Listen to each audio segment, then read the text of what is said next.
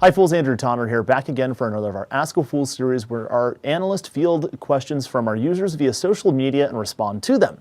Today's question comes from Paolo Henderson, who asks, looking at its stock chart, Alcatel-Lucent looks like a good value investment.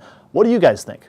Well, Paolo, I have a number of thoughts, and the first of which is I'm really not a big fan of using charts to really kind of try to infer whether or not a stock is a good value, because again, first of all, a stock price in isolation and also a stock's past performance really don't tell you much relative to how cheap or expensive a company is. Remember, we're buying companies here, we're not buying stocks, and so I really strongly advise you to be careful to try to base your investments and decisions just on a stock chart alone.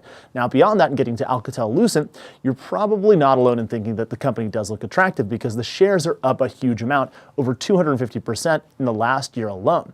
However, again, that has really more to do with the company really averting or moving away from a potential bankruptcy scenario like you saw around 12 months ago, and now coming back to sort of a more stable type of company, or the company that's restructuring.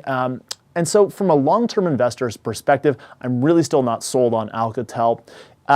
When you look at the company, remember the industry that it operates in, communication equipment, is really one of the most die-hard, intensely competitive areas of all of technology. It's a space where, generally speaking, the largest players benefit, and scale is so important, having a very, very low cost base because, again, you don't have much pricing power relative to your customers, and you have a number of companies always bidding for these gigantic multi-billion-dollar communications equipment contracts. So being a big player in this space is huge, and Alcatel isn't necessarily as large as some of the other incumbents, names like Ericsson and Huawei.